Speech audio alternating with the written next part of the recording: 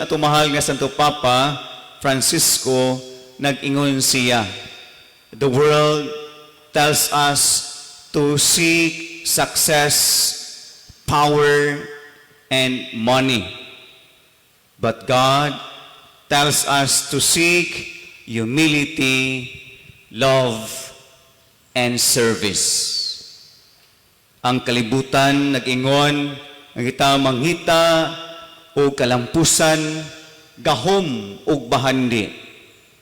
Apan ang Ginoo nag-ingon kanato nga kita manghita sa pagkamaubsanon, paghigugma o pag-alagad.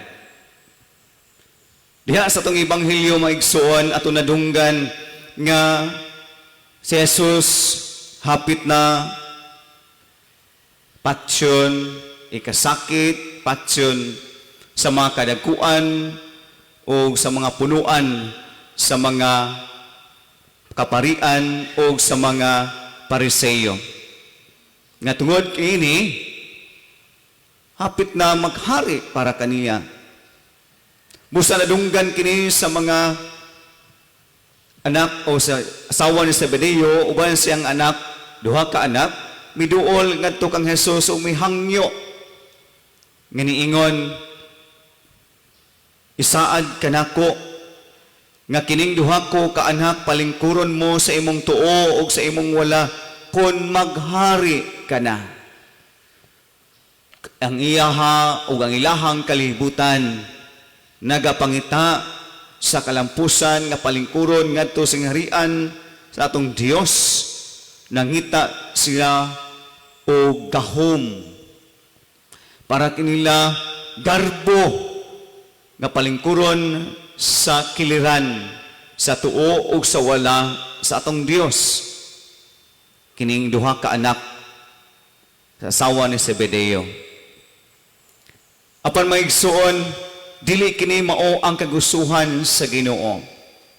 Gani diha ato nadunggan sa Ebanghelyo na sinaman, na ikagman, na suko man ang napulo ka mga tinun-an tungod sa duha ka tinun-an na anak ng Zebedeo nga gusto mulingkod sa wala o sa tuo sa atong Ginoong Kristo.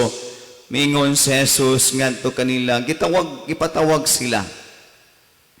Niingon si Jesus, apan dili kini mao ang paagi nga angay ninyong sundon.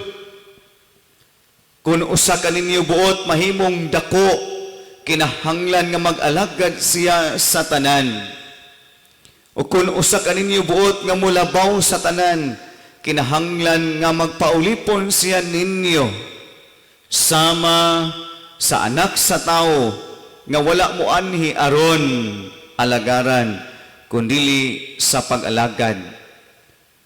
Ipakita sa atong Jesucristo nga sama nga siya ang panag-ingnan. Kung gusto man ang mulabaw, gusto man maghari, kinahanglan dili ingon nga alagaran, kundili pagpangalagan.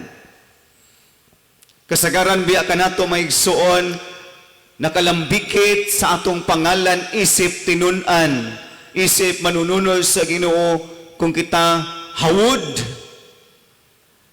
magpakahawod, ako'y labaw kay ako mas maayo, ako'y labaw kay ako mas naay titulo, ako'y labaw kay ako mais nakahalampos na ay kalampusan nga akong gikuptan. Apan may suon basin atong nakalimtan nga ang tinuod nga tinun-an dili kini nga kupot nining mga butang nga mga titulo, kalampusan, unsa pa na dihang nakaplakip sa atong pangalan, kundili ang maalagaron, ang maupabsanon, ang mahigugmaon. Labaw gayon sa tanan diha sa pagkamapaubsanon. Ang tinuod nga tinun-an, ang tinuod nga manununod sa Ginoo, mapaubsanon. Kay ang usa ka maubsanon, maampuon. Ang usa ka maubsanon, mahigugmaon.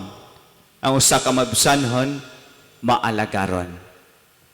Diha sa unang pagbasa gikan sa basahon ni Propeta Jeremias, Si Jeremias gilutos, nagantos, apan siya nagpaubos. Bunga siyang pagpaubos, bunga siyang pagkamapubsanon, siya nagampo. Busa, nagampo ako. Ginoo, pataling hingguin taon, kining isulti ko kanimo, ingon man ang gipanulti sa akong mga kaaway, batok kanako. Likod sa pagantos, likod sa pagpanglutos, nakaako pa si Jeremias sa pagampo tungod kay siya mapausanon man. Munang kinaiya sa pagkamausanon, kabalo pang muampo, musangpit sa Ginoo, o iampo pa ang iyang isig kaingon, maski ang kaaway. Ang usa ka mobsanon, kabalo siya nga mahigugma sa iyang isig kaingon. Makita niya ang Ginoo diha sa matag tawo nga angay niyang alagaran, higugmaon, nga mapaubsanon. Gani diha sa Salmo ni ingon, luwasa ako Ginoo diha sa imong makanunayon nga gugma. Kay mo say makalimot kita sa pahigugma, apan ang tuburan sa gugma mao ang Ginoo, munang diha sa imong makanunayon nga gugma, luwasa ako Ginoo.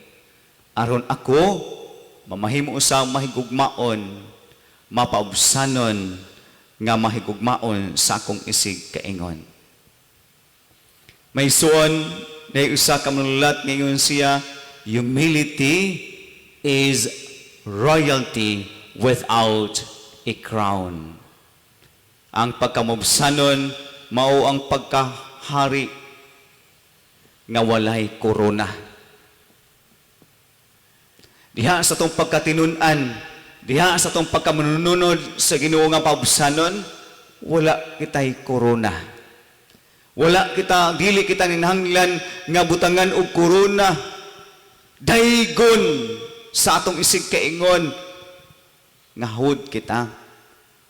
Diha sa tong pagkamaubsanon, dili kita ang maghari, ang Dios ang daygon.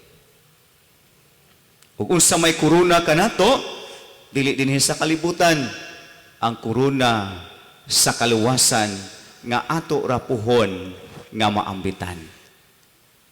Busa may igsuon, kung kita magpabilin nga matuod nga tinun-an, manununod, magtutuo sa atong Jesucristo, siya ang atong panag-ingnan. Papaubsanon, maalagad, dili ingon nga kita alagaran. Diha sa itong pagkamausanon, kita maampuon. Diha sa itong pagkamausanon, kita mahigugmaon. Diha sa itong pagkamausanon, kita kanunay nga mahigugmaon sa atong isig kaingon.